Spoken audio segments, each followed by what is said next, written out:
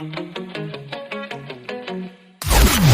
to go far in business and in life? You can't do it alone. The secret is expanding your network of personal relationships, building friendships, connecting on an intimate level, away from the office, over a coffee or cocktail. Welcome to All In with Nate Payo, the show that asks what happens when you go all in and leverage the power of your network of personal relationships. Hello, welcome again to the All In podcast with Nate Payo. Of course, I'm your host, Nate Payo. Today, I'm joined with Donnie Tuttle. He is the success coach for purpose-driven leaders. He's got a podcast. He's got some speaking gigs he's been doing. He's also an author. He's just doing amazing, great things. So, Donnie, welcome to the show. How are you today? Good, man. Thank you for having me, Nate. Appreciate Thanks for coming on. Being all in. Yeah, awesome. So, we always like to talk about how we meet people and how connections are made. And one of the things, at least for me, because I'm pretty new to podcasting, was like, hey, when I'm going to get going, like, how am I going to make connections and get guests on my show of people like, especially that I don't know, or get introduced to people and be on their show and help promote it. And since I've been doing that hasn't really ever been a problem. Like, even the people just kind of like come into your path, especially when you can't just sit at home, wait for the phone to ring, but you got to kind of be out there and be in the space of, hey, where do people hang out? And I started meeting people and one person led to another, and I got introduced to you, Donnie, and you had me on your show. And we had a great conversation and decided like, hey, let's flip the script a little bit. Let's turn it around and you come on my show and I'll get to find out who you are and what you're about. So I think it's cool how we met and how when you're just kind of open to where the journey goes, you don't know who's going to come into your life and who you're going to meet, but it's definitely been interesting and a lot of fun. Yeah, man, absolutely. And I think if Carnegie had written the book How to Win Friends and Influence People, if he did that today, it would include podcasting. Right. Yeah. There's no question that it's such a powerful way to meet people and to get to know them that, I don't know, for whatever reason, the element of if you reach out to someone and say, hey, can we talk for an hour? They're probably going to say no. Right. But when you frame that in the, like, hey, like, would you be willing to jump onto a podcast interview? It's amazing how many people who normally would say no would say yes, and it's really kind of the same thing. So, I've met some great people on here. It's a great resource. Yeah, and I think that's really cool is the ability to kind of relate to people or get to know them or see a different side of them. Like, we put our pictures up on social media, and we produce content or we write posts, and we do this, and we like look a certain way. And then when you actually like get somebody on the podcast and you see how they move and you see how they interact and you just have a conversation with them, it's the perceptions I think we have of how people are going to be and what they're going to talk about. Like, I'm always thinking everybody's going to be all so serious. And then they turn out, they're like, hey, they're smiling, they're having a ton of fun. And it's trippy how that works. And I think it's cool if you're out there to meet people, to do a podcast, just for the simple fact of you're going to meet people. And it doesn't take a lot of effort to get started. Like, you can just, you can download an app, I think called Anchor, and just get rolling on your iPhone and just have conversations and figure out if you like it or not, and talking to your friends or talking about whatever it is you have in mind, and just see where it goes. And then you meet people and you get a chance to connect on a deeper level than just these 2-minute glimpses of people on social media, and your connections just grow exponentially. Like, how long have you been podcasting? Let's see. I feel like I'm at an Alcoholics Anonymous meeting, like a Podcaster Anonymous meeting. I started my first podcast. It was called Sales Heroes, probably about 4.5 years ago. And when I first started, I think we'd been inspired by like JLD, right? John Lee Dumas and Entrepreneur on Fire, and some of those people back then. Maybe it was it was probably about 4.5 years ago. It had to have been about that. My wife and I had we had packed up our kids to go see snow for the first time. So like you, we live in a sunny climate.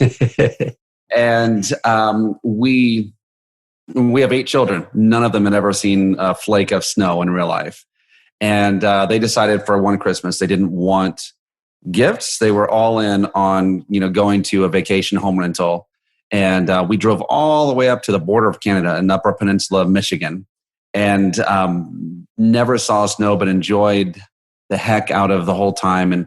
And on the way up, we had been listening to, of course, some of our favorite podcasts, as well as a book from Tim Ferriss, The 4-Hour Workweek.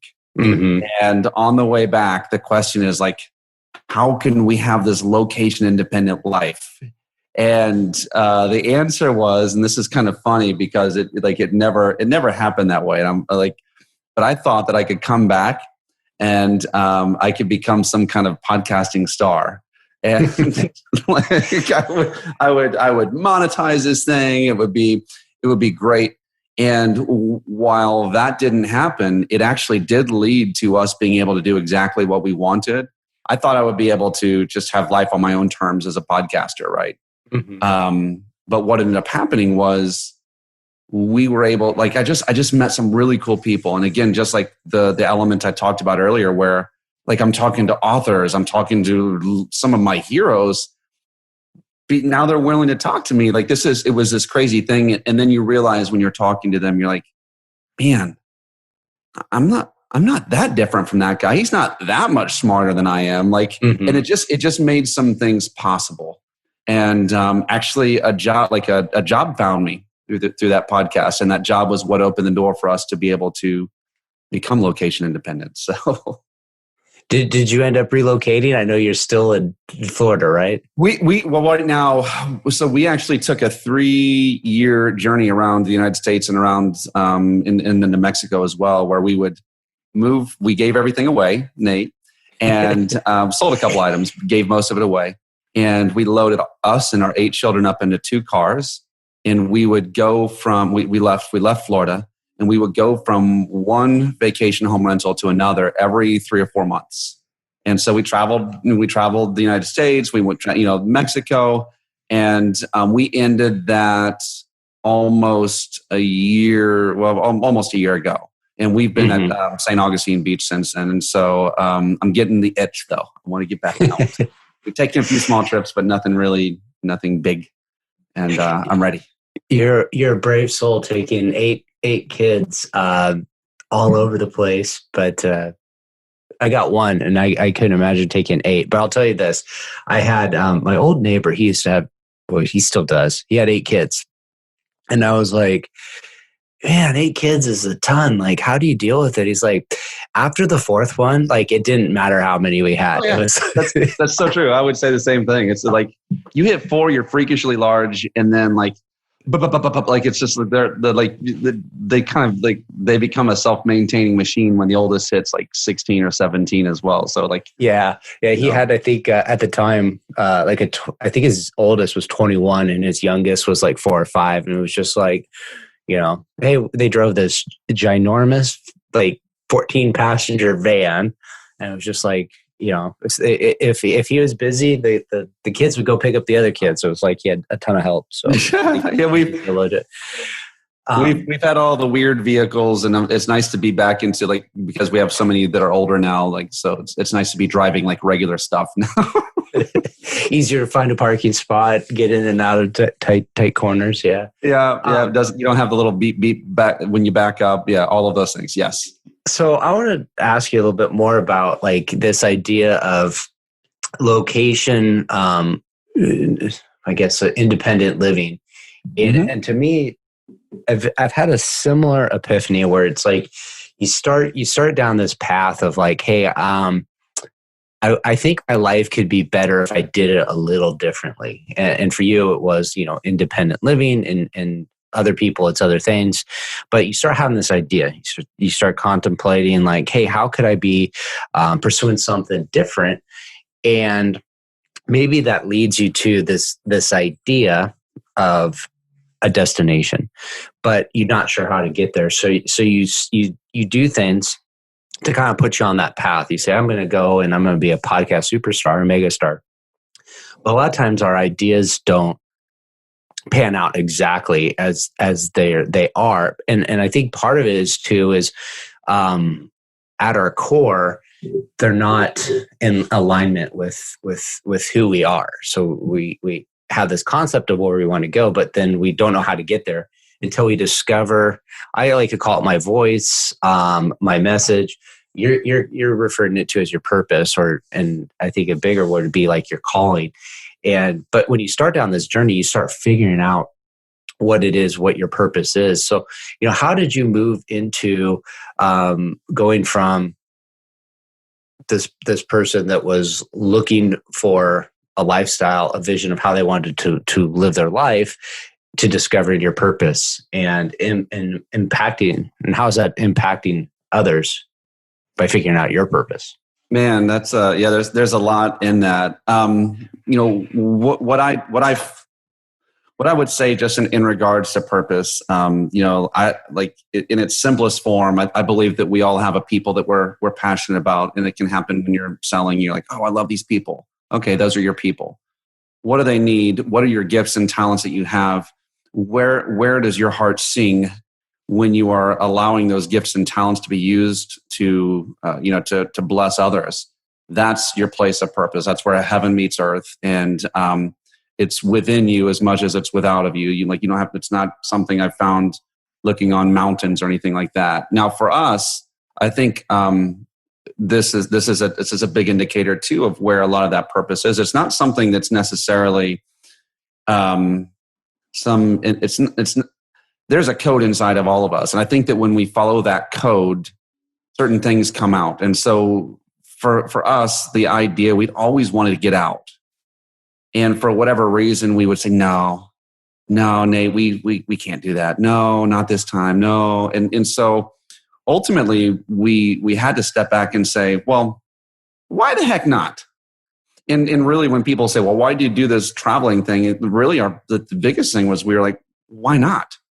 And in the why not, we were able to explore. So I think purpose is something to be explored. And just like anything else, like if you don't, like it's a place where you're at play. And if you're not, if you're not bopping around in that area, it's something that's foreign and very formal. Whereas really I don't find that it is that. And so, for us, the why not was really the beginning of that. And then we started off with a lot of dreaming, a lot of visioning. I do believe what you're saying about alignment is a huge key. And if you've had something in you and it's there for years, that's probably something you ought to be listening to. Mm-hmm. Right? How to do it? Like none of us live in a science lab, so we're not going to just know immediately how to do it. Just start moving in that direction. And it's interesting that what we have found is that things just line, like it's like as you're moving towards your purpose starts moving towards you. And we had crazy things. Nate, I've got to share this with you because this is the craziest thing. All right, I'm looking at something. So do you know my last name? Yeah. All right, that's pivotal for the story. So we were at the first stop in this journey. Something happened with my paycheck at this new job that was like it was confused and basically I didn't have one. And so we were like, this is hard. We don't have the money we thought we had, and I was supposed to be selling, and selling was going. It was much different from my old hometown of Gainesville, Florida. Mm-hmm. And we were walking around. It was a beach town in Charlestown, Rhode Island, near Narragansett. And as we're walking this pebbly beach daily, I'm kind of kicking the sand saying, what in the world am I doing? And just to kind of like illustrate a little bit of like, man, here's how things are kind of lining up for you too. It's not just you doing the work. We were walking along and I see this thing that's like this, like, wow, this is like an antique brick. This thing is, whoa, that's cool. And I pick it up.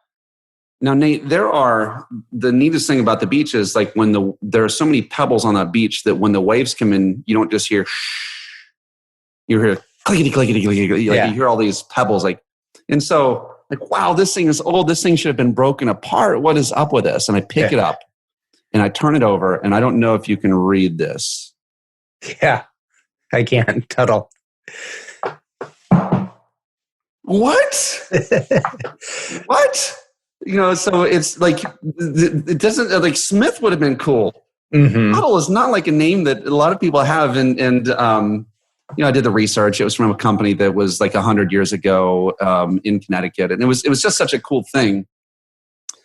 And for me, it was almost like I won't say a confirmation, but the reality is that as you march towards your calling marches towards you. It's like, you're in the right place. It felt difficult, but you're in the right place. And sure enough, things got easier, along the journey.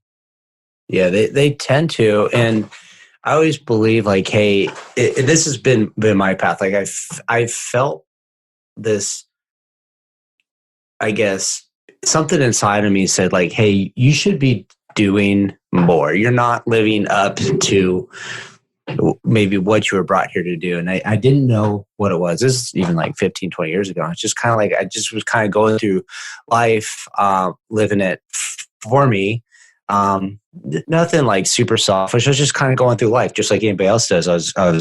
I'm going to work every day. I'm hanging out with friends and I'm doing stuff. I just like, hey, I feel like I should be making a bigger difference than I am.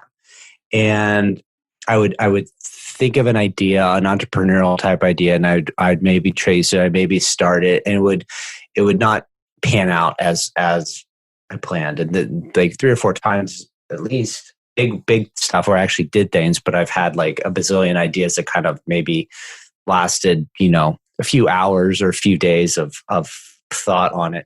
And I'd always give up, or I always kind of quit on it when I got going. And I'd be like, you know what, maybe this idea in my head is just crazy talk, and it's not something that I really am destined to do. It's just, my head's just giving me random thoughts, and I abandon the idea and kind of say, hey, let's not do that again.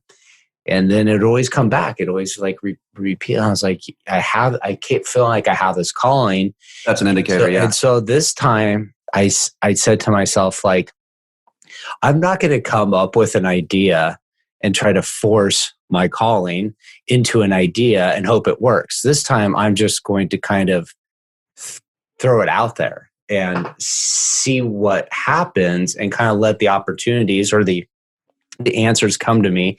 And as I do more, which I think you talked about, you're just putting yourself in places where you're starting and you're figuring it out. It's just like, hey, the right people are going to come into your life, the right bricks with my name, maybe they'll show up in my life, and it'll be an epiphany moment that you're on the right path. And you're going to help and inspire others by serving them, and you'll just see where it goes. And so for me, like, I've felt a calling. I've felt like I've got a purpose that's bigger than what I'm doing, but it's a difficult thing to figure out. And I think when people have that, or they have a desire to do something, they think, well, I don't have it figured out. I don't know where to start. And I because I don't know where to start, I don't have it figured out, I'm not going to. And I think you even had a point on it. Like, you're like, hey, I'm going to be a podcasting rock star. And you created a podcast, and that brand has since changed. Your message has probably changed a little bit. It's pivoted as you learn more about yourself. Oh yeah.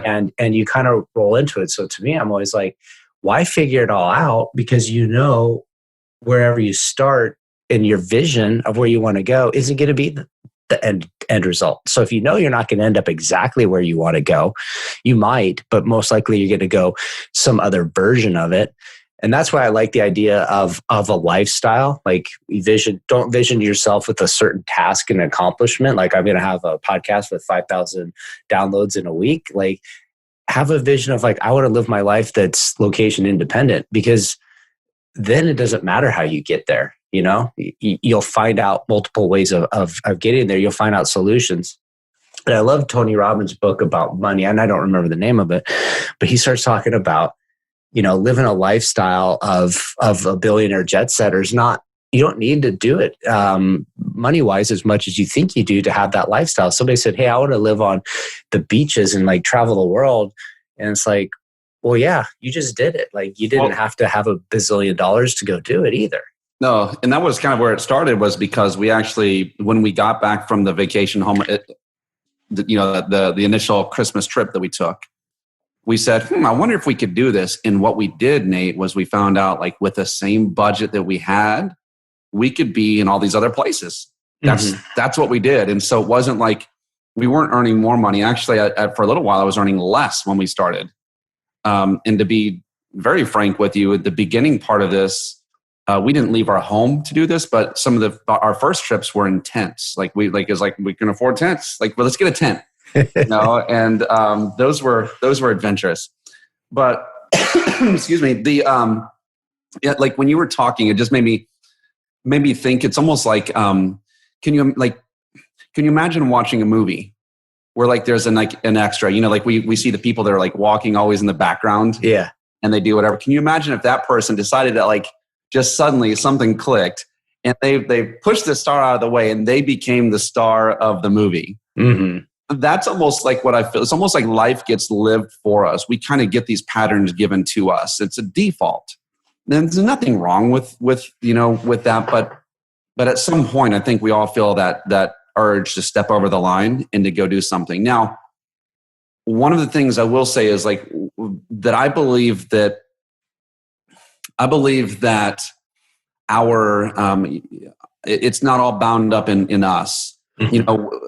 Ideas, purpose, any of these things. It's almost like your networking message is so pivotal, because I believe that often half of the message is a buried treasure, and that treasure is buried inside of another person. So just like it takes the DNA of two people to make a baby, or like, I believe that also the same is true of ideas and businesses and purpose and those type of things. A lot of times we have to pull from other people. It's not just what it's not just what we have on our own. We're all on a journey. We need other people to help us to get there. And so that's why, by the way, I think your networking message can Well, it starts off like when you say, like, networking, and people are like, oh, it's like collecting business cards and shaking hands and making cold calls. And it's really not. It's really about finding deep, meaningful connections. And you're in a sense looking for that treasure. And it doesn't always have to be this, like, massive lifestyle change. But, like, every time I think about some of the most, like, I don't know if that's a better word to do it other than productive, but, like, just a period in time when I felt like whatever I was really into was really, really, really clicking, and it was exciting and it didn't feel like work. It tended to be getting wrapped up with people that were like-minded on the same kind of mission. And you would just be, like, so into something, and it didn't feel like work. It didn't feel like effort. It just felt like fun. And you'd kind of go, like, man, was I even working at that period of time, or was I just goofing off? But like, you look at what you accomplished and the level you did, and it's like, I think you're right. Like, you don't get that feeling by yourself, and other people don't get it either.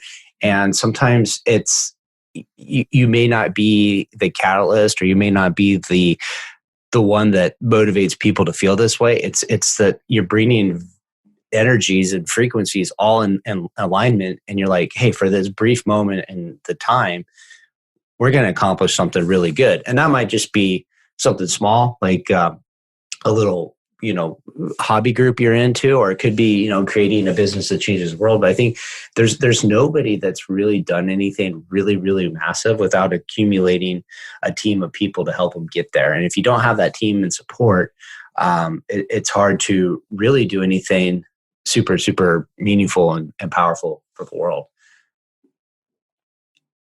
My question for you. So, where did you start pivoting your model into the purpose-driven leaders? And if people are working with you, what are the types of things who are the types of people you like to work with, and what can they expect with working with you? Yeah. So I pivoted my model. So when someone heard that initial podcast, the Sales Heroes podcast, and they connected with me, and they said, hey, wow, you might be a good sales coach with this company. And so they recruited me, and I fell in love with the mission of what they were doing, and did some really great things. And that's what started our traveling. Like, it didn't matter where we lived. in the midst of that, I would coach, I would be coaching at any given time 36 different ultra producers and executives at that point. So usually it's like salespeople and executives. And what ended up happening was along the way, first off, that's a lot of people. Mm-hmm. It is a lot of people to be coaching. And, along the way, I began to realize that there was like within that group, there's sometimes I'd wake up with a pit in my stomach. And then other times I'm like, oh, yes, I get to hang out with this person. Mm-hmm. And it was kind of like what you were saying is like work wasn't work. It was more like play. Yeah. And so I realized that I knew who my people were, the ones that I loved to serve. And I decided, about a year and a half ago that I would build something that let me spend the rest of my life with the people I love the most. And so that was, for me, those are purpose-driven executives. Those are purpose-driven leaders. Those are people who are trying to not only, profit and produce and create great things in companies, which I love, but also like they're doing it with meaning and with purpose. And like the ones that I love working with the most are the ones who are able to look a little bit into their own DNA and say, I'm a little bit weird, but that weird is good. Like it's like being able to acknowledge that your uniquenesses and your differences, that's actually what makes you valuable. And to say, well, how can we actually create a system around that? And can I actually work on a team of people that I love instead of just taking whoever comes my way? And can we actually grow our business in a way that feels more in alignment with myself rather than just doing some random sales practice that's slanted a different way? And so my favorite people are people that I get to almost like release the beast out of the cage and then create systems for them that allow them to maximize from their uniquenesses, their gifts and their talents to serve their people. And we create systems to go and do that. And so I work with every industry from, commercial real estate, financial advising, mortgage people to, I've worked with people who run funeral homes. And so, a lot of times I do like the leaders, and I also like producers as well. So if they're leading and maybe doing a little bit of sales stuff, that's fun. A lot of times I find myself building sales processes for them. But the reality is that we can take all of these and bring it into an act of love and not an act of war. Mm-hmm. We can make, I want to help them to have what I have, which is like, you can actually create a space where you are spending the rest of your life with the people you love the most. And that's your team and that's your clients. And we can get rid of the toothaches and we can make this thing sweet if you let it be. So those are the people I serve. I look at this. There's this kind of like reoccurring theme there, and it started with your story about asking your wife, why not us? And it reminds me of like when Russell Wilson and the Seattle Seahawks won the Super Bowl, and then he was talking about his dad used to say, somebody's got to win the Super Bowl. Why not you? Why not you? As a kid, it's like, why not you? Somebody's got to do it. Like, why can't it be you? And that always stuck in my head. Like, why not me? Like, ask yourself, why not me? Why can't it be me?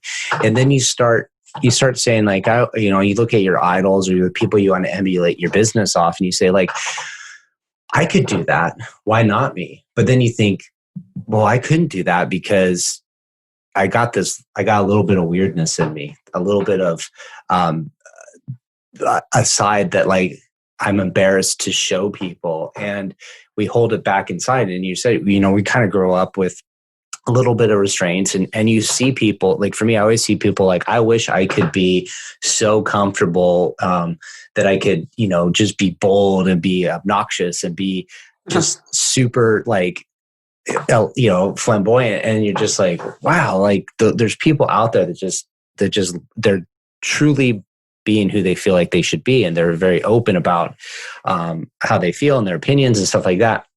And I always would get like reserved.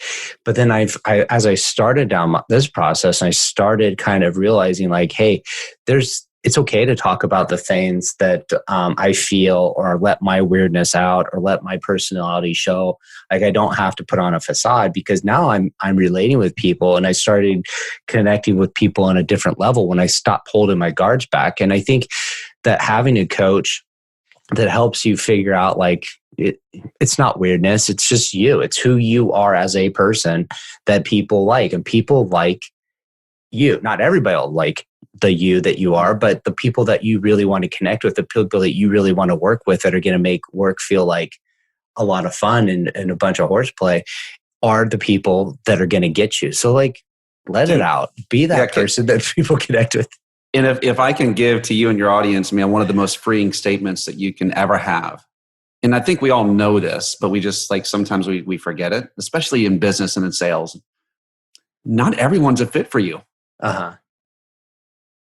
Not everyone is a fit for you. Like, that's okay. Like, stop trying to force the fit. But for every second that you spend with someone that's not a fit, trying to shoehorn it in, you're missing an opportunity to be connected with someone who's really cool and who's going to get you, who's going to get your business, who's going to get your quirkiness. And it's like, there are so many people out there right now. There's so many opportunities to connect with those people. Don't waste your time. Don't try to make a believer out of an unbeliever. Just find the people who are already slanted your way. And like, it's never been easier to find your tribe within right now. Mm-hmm. So not everyone's a fit, but some people are. Yeah. And like, that's what we want to focus on. And and I've had experience too, where I've tried to make a non-fit work, and it just soured the whole experience. And it takes a lot of energy, and it makes you want to quit, or you might quit, and then you never get to do the people. It stops you. Serve the people you'd be passionate to meeting. So, and the facade you were talking about earlier too, like, it's like, how much energy does that take? How much? Like, here's an example. Our youngest son, Ephraim, when he was at school, so we've been homeschooling obviously since we started our adventure. Nate, we lived this quarantine life before it was cool. And so here Ephie he would come home from school and he was a terror. Like, he was just mean and like, what's going on with this kid? And then we would show up for the parent teacher conference stuff and all of those things. And everyone at the whole school, they're like, oh my gosh, he is the most perfect kid. He is like the sweetest. He's the kindest. Everyone's favorite. All the kids loved him. All the teachers loved him. And we realized what was happening. He's has an entertainer personality, such a people-pleasing, thing in him, that he would put all of his energy there, so that when he got home, like, it was all gone, and he would just become an animal. And when we have to come to terms with the fact that when we have to have this professional facade or this other image or that other image, that takes a lot of energy. And ultimately, we're going to come home and want to kick the dog because, like, we're not really living in alignment with our true self. Mm-hmm. Yeah, that makes a ton of sense. So, Donnie, I've had an awesome time chatting with you, and the minutes just flew by. But I do got to not take too much more of your time. So let me ask you, people want to find out more about you. People want to get to know you. Maybe somebody wants to work with you, figure out, who their inner beast is and get their weird out. Where can they find you?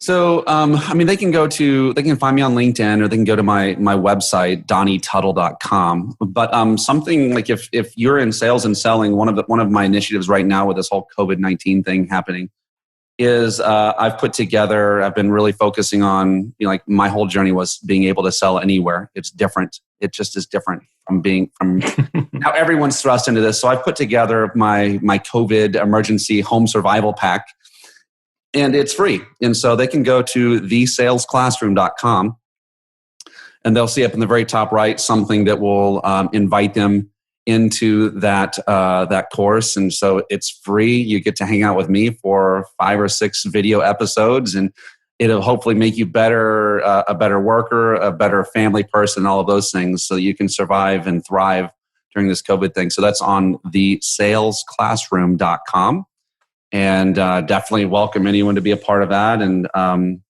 so that's where you can. That's awesome. Up on LinkedIn. I love LinkedIn. Yeah, LinkedIn's a great spot. I always encourage people, just get on there and start commenting, start liking people's stuff, and see where it goes. It's a ton of fun and easy to meet people. I think people there, for the most part, are also there to meet people as well. So, there's a one-on-one relationship. It's not like Instagram where I could have 1 million followers and I only follow 100. Like, if I got followers the same, if I'm following you, you're following me, and it's a one-on-one connection. So I love it. LinkedIn's great. So I'll put all those links in the show notes. And Donnie, again, thank you. I've had a blast talking with you, and definitely we need to stay connected and stay in touch.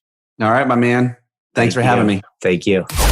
Make sure to visit our website, therealnatepeo.com, where you can subscribe to the show on iTunes, so you'll never miss an episode of All In.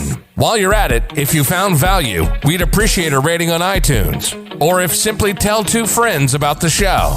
Looking to connect? You can find Nate Peo on LinkedIn or Instagram.